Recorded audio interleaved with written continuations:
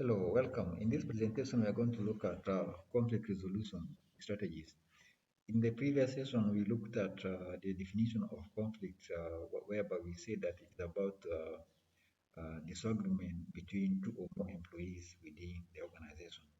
I also said that that kind of conflict does not involve physical or what you call harmful objects like the guns, the pangas, etc. It's basically ideological. The way you want things to be done is different from the way your colleagues want things to be done in the organization. So in today's session, we are going to look at how to resolve the conflict now.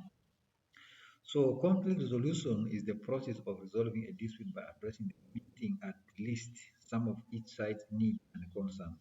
So it is an essential skill for anyone who wants to maintain healthy relationships and a successful in their career. So it's not about organization. Even at home, you need to have the strategy of resolving conflicts between you and your wife, or between you and with your friends and maybe the children or even the neighbors. So it's very important skills for everyone who is trying to be a manager. You cannot only be a manager at workplace, you can also be a manager at home, you can be a manager for the community. So it's very important you need to know those strategies of solving a conflict. So the strategy number one is collaboration. Collaboration is just like a teamwork. You work together as a team on a project to make sure that you finish the project successfully. So that's the strategy number one. This will help to eliminate the individual differences. If you have a conflict with another employee, then you are now tasked to work on one project. It means you are going to forget about the individual differences by focusing on the work at hand. So that's how collaboration is very important in resolving conflict. Now, after the project has been completed as a team, I don't think you'll go back into the mood of conflict. You will forget everything because you have had a success during the project. So that is strategy number one. So what are the benefits of collaboration? One is the increased productivity and efficiency. When you work as a team, you are going to be more productive because if one person is not doing the work well, it will not only be that person, his or her weaknesses will not be noticed because of the team which is associated with that particular employee. So your productivity and efficiency is going to increase because of having two or more people working on the same project. The next one is improved problem solving and decision making. You're going to have a good decision making process because it's going to be based on experience of others. The people who are working on that project, they are from different background. They have studied different profession at university.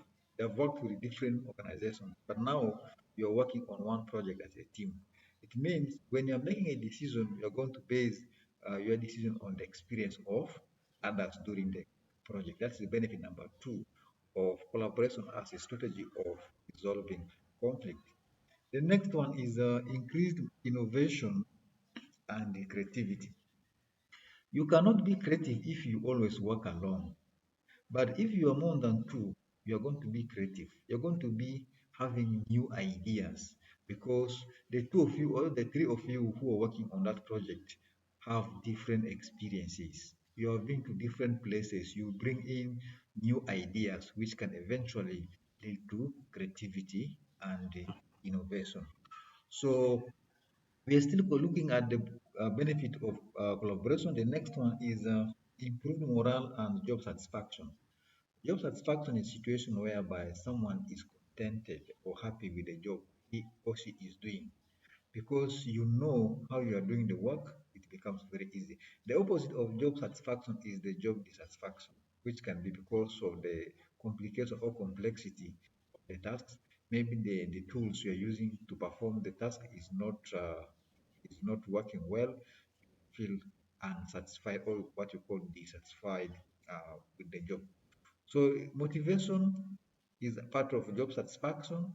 Demotivation is part of job dissatisfaction. So that's the benefit of collaboration. All of you will be satisfied because you are doing the work together with the people who have the experience, people who have the knowledge.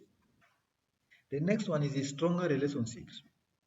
If you work together on a project, you are actually building your relationship. After the project has been concluded, of course, you will take your relationship outside the work context. At home, if you have a party, whether it is a birthday party, whatever party at home, you end up inviting people whom you have been working with some years back on a certain project. So that relationship is actually going to be built because of a teamwork, because you had worked together before. So these are some of the benefits of collaboration as a strategy of resolving conflict in an organization. Now let us look at the examples of collaboration. We are taking the workplace as number one. At workplace, you have teams collaborate on projects, tasks, and the problem solving. Okay, the manager gives you tasks, then you work on them as a team to make sure that it is completed within the time frame. So the next example, we're going to look at the schools now. Here, the students can collaborate on assignments or presentations. At campus, they normally give you a group work. They give you a topic, you can research about it, then you come and have the presentation in class. So you can collaborate and work as a team. So at this level, you are working regardless of whether you are bright or you are not bright, you are working as a team. So the end goal is all of you get a promising marks from the presentation. So if you are reluctant, you don't want to do your best, then of course the team suffers. It's not only you who's going to suffer.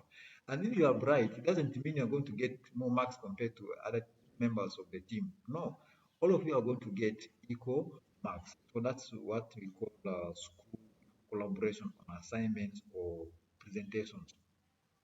The next one is now personal relationships. People can collaborate on house chores. Example at home. Okay, you are the head of the family, what you call a husband. You can collaborate with your wife on some tasks. There are simple things at home you can do, not just the wife. For example, ironing. You can iron. You don't need to wait for your wife to wash, to cook, to come and iron. You are just there seated. That doesn't make sense. Okay, so you need to learn how to collaborate with your wife on household chores. Okay, you can even mop. There's no problem with that. You can even dress the bed. Okay, so that is a collaboration at personal relationship or what you call at household level. So these are some of the examples of collaboration. Now, how do we improve collaboration? One is you need to set clear goals and expectations. Make sure that everyone involved in the collaboration understands the goals and expectations. For example, if you are talking about the school, you have your assignment or presentations to make the following day. So every one of you who are involved in that task should know what you want to achieve in terms of the marks. If the presentation is out of 30, what is your goal? Maybe you want to score at least 25 out of maximum 30. So everyone in the group should be having that in mind. No one should work for only 10 out of 20. No one should work, 10 out of 30. No one should work for 5 out of 30. All of you should be working for at least 25 and above out of 30. So that one should be clearly explained to whoever is involved in the assignment. So the next one is you need to communicate effectively. Now you as the team leader, if you have the goal of getting 25 out of 30 and you've not communicated it to other members of the team, how will they know? They will not know. So you need to communicate to them that, you know what, guys, in this assignment, we want to get at least 25 out of 30 so that they know. Because if you keep quiet, no one will actually know. Of course, it's by default, everyone wants to pass, but you need to communicate to them what you really want to achieve that collaboration. So we're still continuing with the how to improve collaboration. The next one is be respectful and inclusive. Don't segregate, regardless of your academic status. Some of you are extremely bright, others are somehow, and others are completely down. So you need to respect also those who are down because this is a teamwork. Okay, you make sure that you involve them, listen to their views. Don't brag around that for me, I'm the academic giant. I cannot listen to other members of the team. That is not how to do collaboration. So make sure that everyone, regardless of the standard, regardless of the background, regardless of the age, etc., should be included in the project. The next one is be willing to compromise. Collaboration is often about finding solutions that work for everyone. Do not do your best to maintain the status quo. You can compromise by giving up on something in order to accept uh, other things. Don't always be rigid that for me, I don't want change. No, you need to compromise because the person who is maybe not bright enough in the group might require a lot of time. You need to compromise. You don't need to say, we don't have time. No, give enough time. By you giving enough time, it means you are actually compromising. You are trying to take into consideration the feelings of the other person in there. So lastly, you need to celebrate success. Regardless of your efforts, regardless of who has been actively participating in the assignment, all of you should celebrate.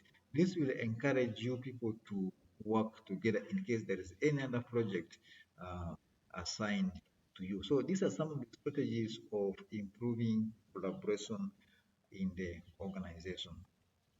So the next strategy of conflict resolution is compromise. Now, the first one we're looking at collaboration. Now, number two is compromise.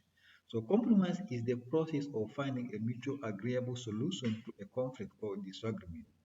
It involves both parties giving up something in order to reach an agreement. You can remember the example I've just given you about the assignment. Okay, there is a member who is a slow learner. He takes long to understand. Such person might ask for long hours of discussion. Now, for you who is bright, you want it to be done in just 30 minutes, but for him, he's asking for 1 hour. So you need to compromise.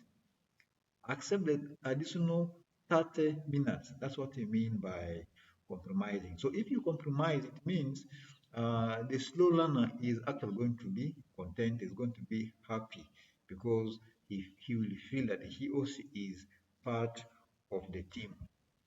So let us look at the benefits of compromise. One is it can help to resolve conflicts and disagreements peacefully. For example, if I have decided to give up on what I think is the best, then I accept what your people are suggesting, then there is peace. All of us will be at peace.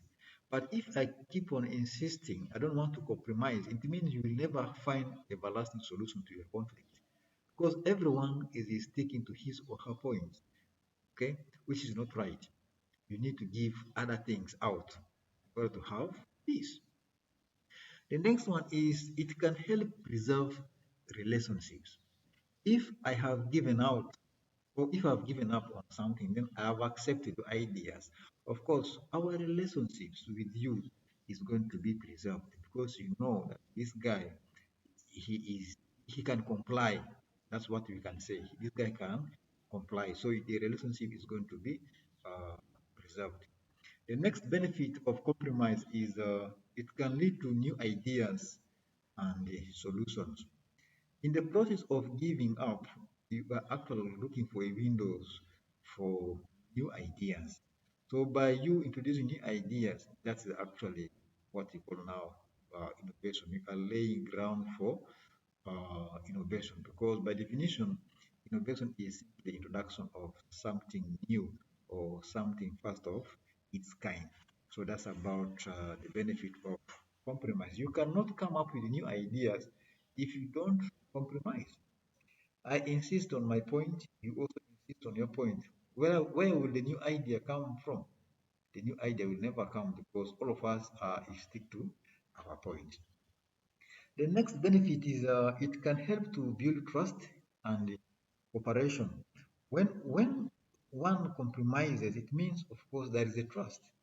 Before I compromised, I must have trusted you. I cannot compromise when I've not trusted you. So this can lead to building of trust. Then lastly, it can create a more positive and productive work environment. A positive work environment is characterized by cooperation, is characterized by teamwork, motivation, job satisfaction, high morale, etc. That is a positive. Okay. The negative is characterized by harsh working environment, lack of motivation, job dissatisfaction.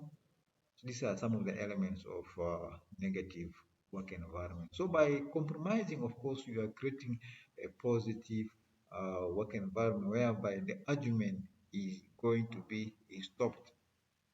So basically, these are some of the benefits of compromise. Now let us look at examples of compromise. One is two employees who are in conflict over promotion might agree to share the promotion. That is, if the organization does not have a clear policy of promotion. Some organizations they prefer promotion based on seniority. By seniority, I mean that how long have you been working in that organization? That's the base of promotion. The more years you spend in organization, you have the better chances of being promoted compared to someone who has just joined. However, in some organizations, they prefer promotion based on performance and the qualification. If you have the required qualification, your performance is okay, they will promote you regardless of the other person who has been serving that organization for more than 15 years. You who has just come last year, you are performing, you have the qualification, of course, they can promote. So this depends on the organizational policy. Like I've told you, these policies differ from one organization to another. The next example is a manager and employee who are in conflict over work style might agree to meet regularly to discuss their expectations. The way you look at things is different from the way your colleagues look at things. So you need to explain to them why you insist on that style of work, your expectations. What do you expect? You need to explain. Your boss can also explain, other one can also explain the expectations. That is example of compromise. Then the next one is two departments who are in conflict over resources might agree to share resources equally. What are the resources in an organization? We have the finances, it is a resource. We have the human resource or the employees, it is a resource.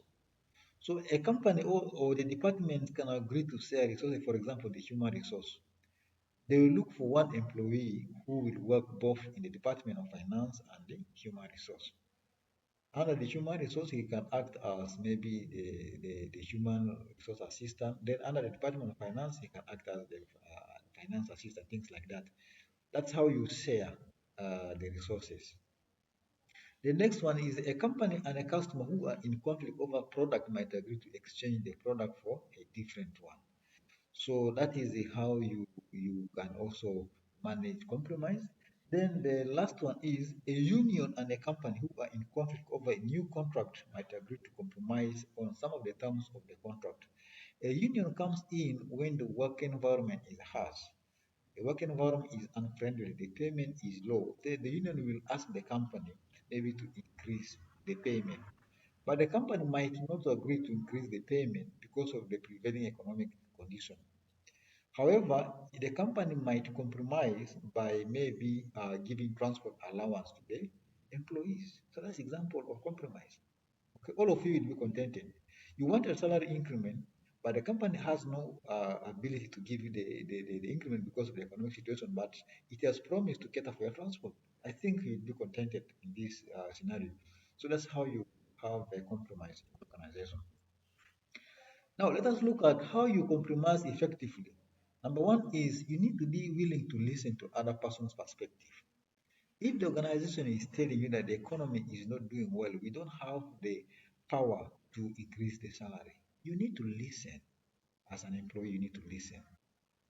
The organization will as well listen to you, the employees, why you want the salary to be increased. Everything is about the economy. The cost of living is extremely high. Maybe that is your ground for negotiation. Then the company will say, okay, since we don't have the ability to increase the salary, but we can take care of the transport. Okay, That's how compromise is effectively administered. Number two is be clear about your own needs and wants. Don't beat around the bush. Go straight to the point. You want salary increment? Clearly tell the organization that the cost of living is high. Don't hide it. Don't hide it. The next one is be willing to give up something in order to reach an agreement.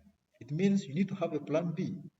Don't go uh, don't go to negotiate with a company without plan B because plan A might fail. You need to have a plan B so that you can have a mutual ground. The plan B is if the salary increment cannot work, at least transport allowance can be provided. That is the plan B. Okay. Then the next one is be creative and come up with the multiple solutions. It's all about now creativity. Look around. Don't just focus on one aspect of the economy. You need to have more aspects so that when plan A fails, plan B is there, plan C, even plan D is there, so that you don't leave the negotiation room with no permanent solution. You need to leave the room with a permanent solution. Lastly, be willing to compromise on some things in order to get what you want or other things. So these are some of the ways of how you can effectively compromise. So the next strategy of avoiding or resolving conflict is by avoidance. Avoidance is the process of avoiding conflict or disagreement altogether. It can involve ignoring the issue, right? But you ignore it doesn't mean you're a coward. Okay? You can move away to avoid conflict. People might laugh at you, calling you all sorts of names. You are coward, you are fearing, you are weak, but in your mind, you don't want to involve in conflict. You just want to avoid it. So that is the definition of avoidance as a mean of solving conflict. So when do you use avoidance? Number one is when the issue is minor. Okay, when the subject matter is minor, you can just avoid it. Don't involve yourself in things which are minor. It does not have significant impact. For example, currently, if you are to talk about the sport, Manchester United does not have their form is not actually good. Okay, that's a minor thing. If someone is arguing about the form of Manchester United, why do you want to insist? Just leave. It is a minor thing. It does not affect you. After all, the team doesn't know you. Okay. Number two is when the conflict is likely to escalate and become more harmful, you need to avoid it. So by escalating, we mean it's going to increase and it's going to become maybe violent. Remember, from the definition of organizational conflict, we say that it is a conflict which is not harmful. But if you know that it's going to become harmful, please ignore or just move out. The next one is when the relationship with the other person is not important to you. Okay, when your relationship with the person who is involved in the conflict is not important, why do you even waste time? The person can be a stranger or can be just your neighbor. Why do you bother so much about your neighbor? But if the person is your boss, of course, that is very important to you. You need to make sure that the conflict is resolved. But if it's about your neighbor, you can just move away. It doesn't hurt you a lot. After all, if you are renting, you can also shift, no problem. You can shift so that you have nothing to lose. The next one is when you need more time to think about the situation and come up with the responses. So if you think you need time, you can avoid the conflict. Just move out, ignore it, so that you can have a fresh brain to think about it. If you want to resolve the conflict once and for all, you need enough time to think about it. Then number five is when you are not in position to deal with the conflict effectively. Okay, maybe you are stressed out, you have personal issues, you feel like you're not in a better position to deal with the conflict. Just avoid it. So these are some of the dynamics you need to consider when avoiding conflict. So examples. One is ignoring a rude comment from a coworker. So if someone made a rude comment about you, just ignore it. It is not an insult. Even if the person insults you, you are not wounded. Just ignore it. at workplace. Okay, ignore it. You are trying to act smartly. You don't want to escalate the conflict. Number two example is changing the subject when a friend brings up a sensitive topic. So let us talk about politics now. If someone is talking about politics and you don't want to be part of politics, you can change the topic from politics now to sports. Okay, because in sports, it brings people together. Just change the topic. Then the third one is leaving a meeting early to avoid conflict with the colleague. Okay. Before the meeting ends, you are already gone. They will have no time to get you to start initiating conflict. The fourth one is putting off a difficult conversation with your boss. You need to put off a difficult conversation with your boss. There are some conversation which is very difficult. Conversation in terms of your performance. These are difficult conversations.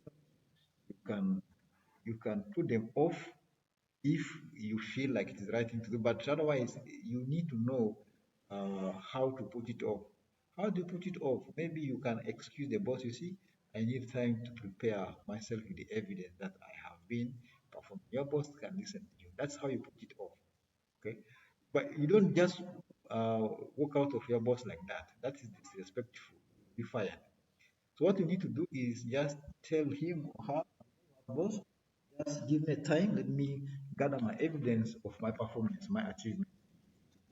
So that's how you put off a conversation with your boss. The next one is avoiding a confrontation with the customer who is being abusive. Customer is a king. Some of the customers are very abusive. They will come to and start abusing you, maybe because of default in your products and services. You need to act professionally by being apologetic.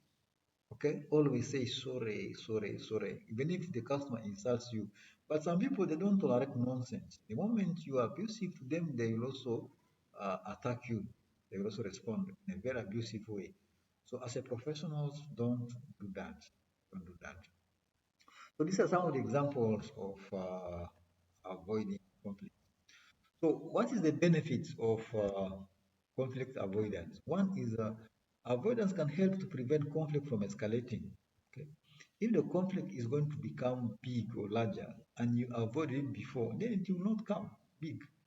So that's how it helps in avoiding conflict from escalating. But if you don't walk away, if you don't ignore, of course, the conflict is going to escalate. It will result into killings, etc. So number two benefit is that it can also help preserve relationships and avoid confrontation. If I walk out of you when we are having some confrontation or conflict, of course, our relationship is going to be built. And by doing that, we are going to have a long-lasting friendship. So that is the advantage or benefit of avoiding conflicts.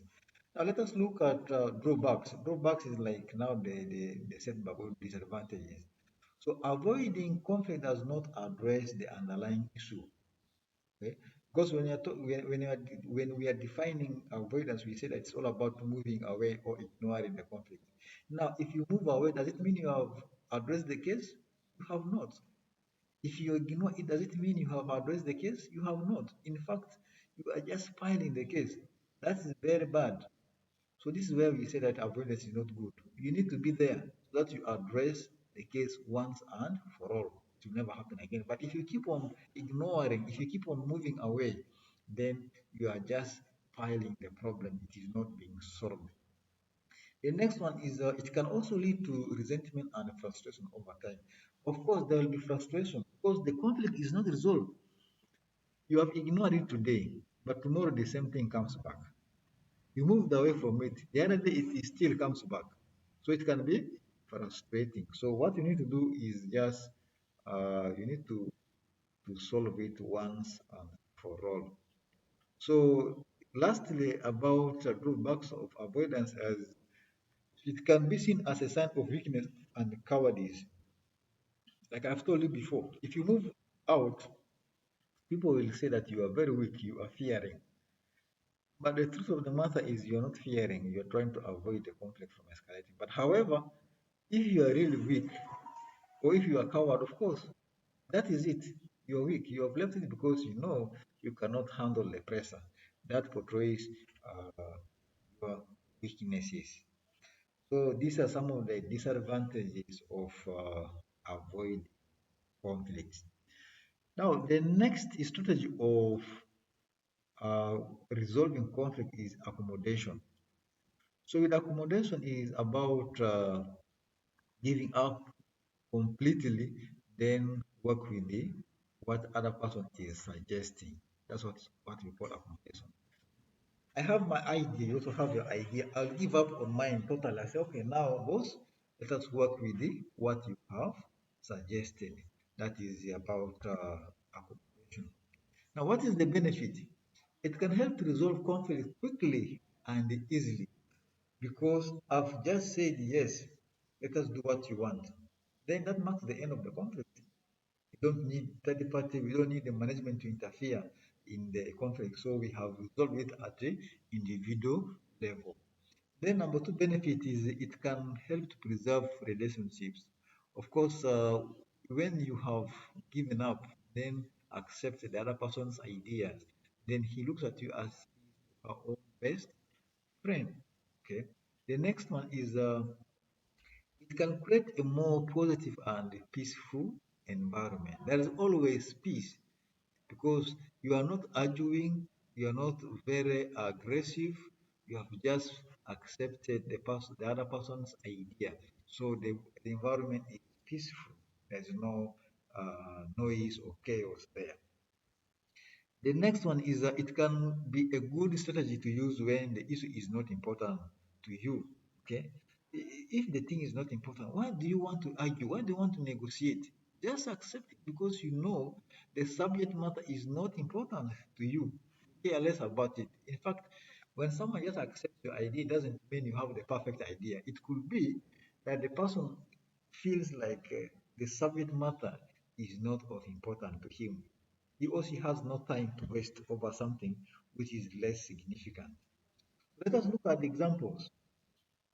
A manager who agrees to let an employee have a flexible schedule, even though it is not a company policy.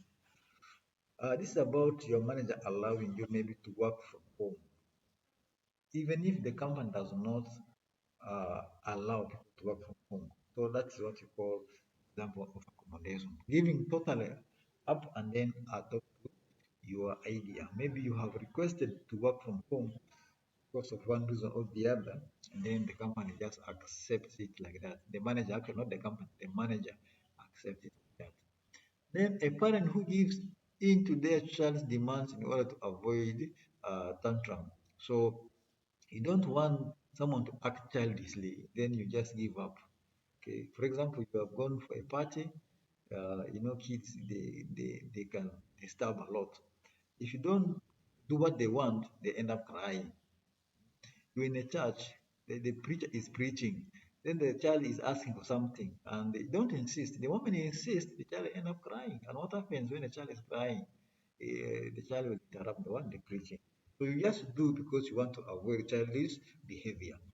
The next one is a customer service representative who refunds a customer's purchase even though the customer is wrong. That is the accommodation. Some customers are like that. They're always at fault, but they come to you complaining. You need to refund them, even if they're wrong. You need to refund them. Lastly, a country that agrees to peace treaty with the other country in order to avoid war. So that's about politics. Now you agree to the need or to the demand of the other country because you don't want to go to war. For you, you know the impact of war. War is not good. Okay, you need to agree to that. But if you don't agree, of course, you are going to go to war. So that is example of accommodation. Then lastly, we are looking on how to use accommodation effectively. Number one is you need to be clear about your own needs and your wants. If you are going to impose your ideas on someone, you need to be clear about it.